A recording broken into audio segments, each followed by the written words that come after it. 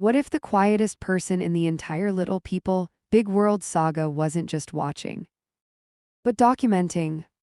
What if Chris Marek didn't confront Matt Roloff because he didn't need to? And what if the real damage wasn't done on camera? Not in confessionals, not in arguments, but buried in contracts, timelines, and financial exposure that most fans never bothered to examine. Tonight, we're not talking about rumors.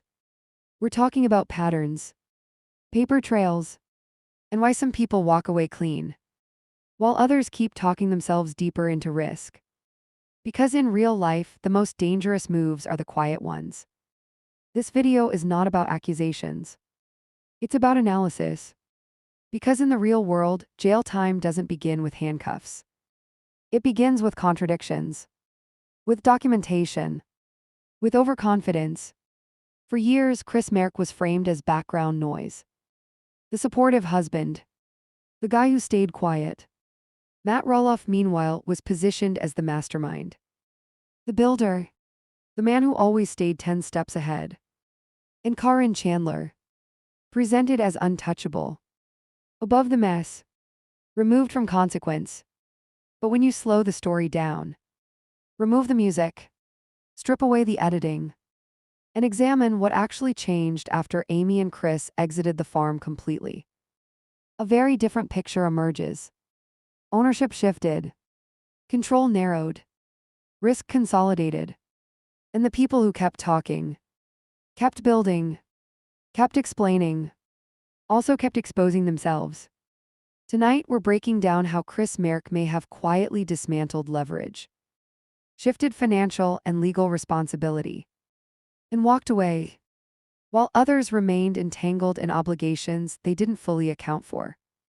No speculation, no character attacks, just timelines, decisions, and consequences.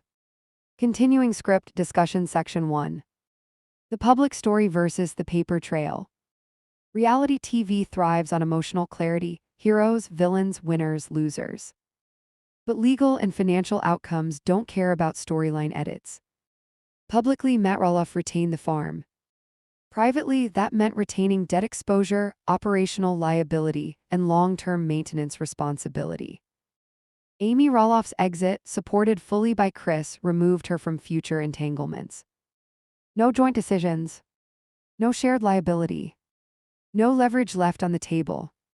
And here where the disconnect begins. Fans assumed ownership equals victory. But documents don't reward pride, they reward positioning. Chris Marek approached the Roloff situation the way risk managers do, not the way reality TV personalities do. He understood something crucial. The loudest people create the cleanest paper trails. Every on-camera explanation Matt gave, every justification Caryn offered in side interviews, every time the story shifted slightly to preserve image. Those weren't clarifications. They were data points. Chris never needed to step in and correct the record, because corrections collapse optionality. Once you argue publicly, you lock yourself into a position. Once you lock into a position, every future statement has to match it. Matt and Caryn didn't realize they were narrowing their own lanes. They spoke in absolutes, fair, always intended, everyone knew.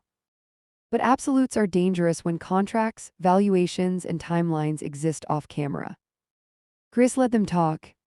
Because consistency isn't proven by passion, it's proven by repetition under scrutiny.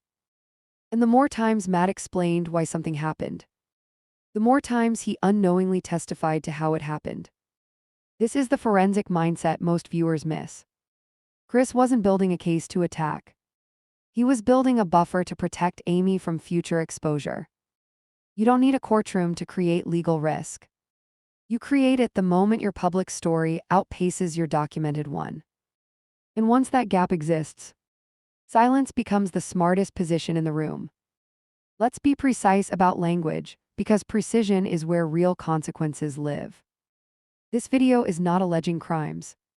No indictments, no accusations, no declarations of guilt. But financial and property disputes don't begin with handcuffs.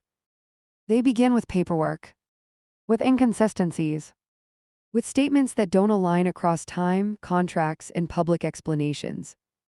The danger zone isn't criminal intent. It's overconfidence. Overconfidence makes people careless. Carelessness makes people talk. And talking creates records on camera, in interviews, in sworn statements, and in filings that don't disappear just because a season ends. Watch the behavioral split. One side keeps explaining why a price was fair, why decisions were misunderstood, why intent really mattered, why timelines aren't that important. The other side stopped explaining years ago. Chris Marek didn't argue timelines publicly. He didn't correct narratives on camera.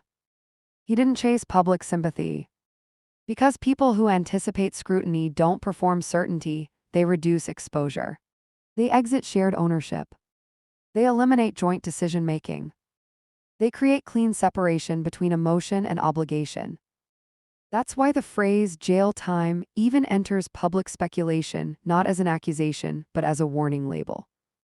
When stories keep changing, authorities don't ask why you're innocent.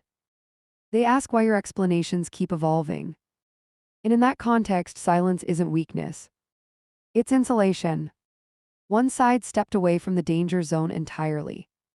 The other never realized they were standing in it. In the end, this story was never really about jail cells or courtroom drama. It was about who exited clean and who stayed exposed. Chris Marek didn't destroy anyone loudly. He didn't need to.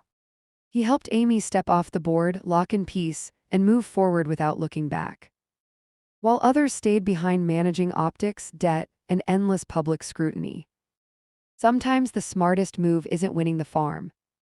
It's walking away before the farm owns you. And sometimes the most dangerous position isn't losing. It's believing you already won. With that said, thanks for watching. And until next time.